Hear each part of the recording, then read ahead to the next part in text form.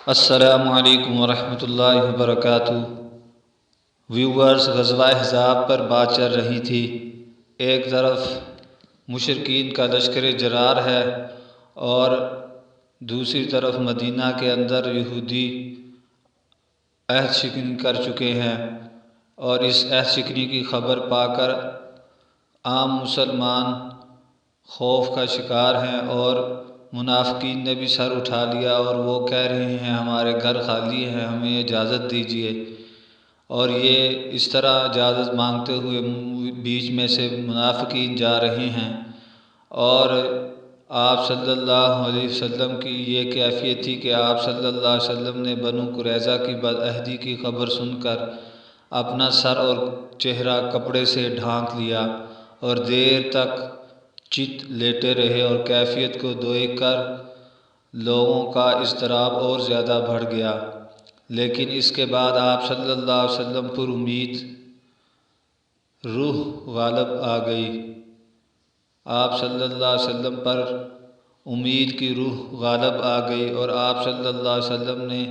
اللہ اکبر کہتے ہوئے کھڑے ہوئے اور فرمایا، مسلمانوں، اللہ کی مدد اور فتح کی خوشخبری سن لو۔ اس کے بعد آپ صلی اللہ علیہ وسلم نے پیش آمدہ حالات سے نمٹنے کا پروگرام بنایا، اور اسی پروگرام کے ایک جزو کے طور پر مدینے کی نگرانی کے لیے فوج میں سے کچھ محافظ بھیجتے رہے، تاکہ مسلمانوں کو غافل دیکھ کر یہود کی طرف سے عورتوں اور بچوں پر اچانک کوئی حملہ نہ ہو جائے۔ لیکن اس موقع پر ایک فیصلہ کن اقدام کی ضرورت تھی، جس کے ذریعے دشمن کے مختلف گروہوں کو ایک دوسرے سے بے تعلق کر دیا جائے۔ اس مقصد کے لیے آپ نے سوچا کہ بنو غطفان کے دونوں سردار عیینہ بن حصن اور حارث بن عوف سے مدینے کی 1/3 پیداوار پر مصالحت کر لیں، تاکہ یہ دونوں سردار اپنے اپنے قبیلے لے کر واپس چلے جائیں، اور مسلمان تنہا قریش پر جنگی طاقت کا بار بار اندازہ لگایا جا چکا تھا، ضرب کاری لگانے کے لیے فارغ ہو جائیں۔ اس تجویز پر کچھ گفت و شنید بھی ہوئی، مگر جب آپ صلی اللہ علیہ وسلم نے حضرت سعد بن معاذ اور حضرت سعد بن عبادہ رضی اللہ تعالی عنہما سے اس تجویز کے بارے میں مشورہ کیا،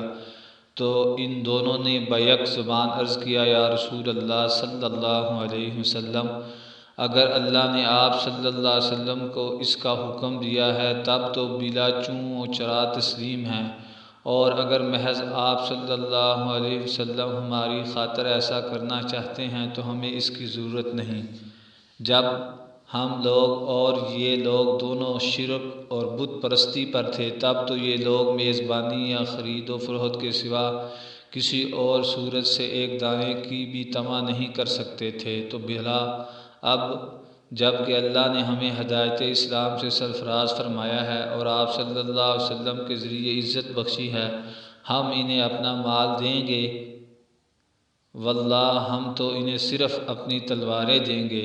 آپ صلی اللہ علیہ وسلم نے ان دونوں کی رائے کو درست قرار دیا اور فرمایا، جب میں نے دیکھا کہ سارا عرب ایک کمان کھینچ کر تم پر پل پڑا ہے،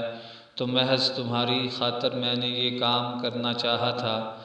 پھر الحمدللہ اللہ کا کرنا ایسا ہوا کہ دشمن ذلیل ہو گئے، ان کی جمعیت شکست کھا گئی اور ان کی قوت ٹوٹ گئی۔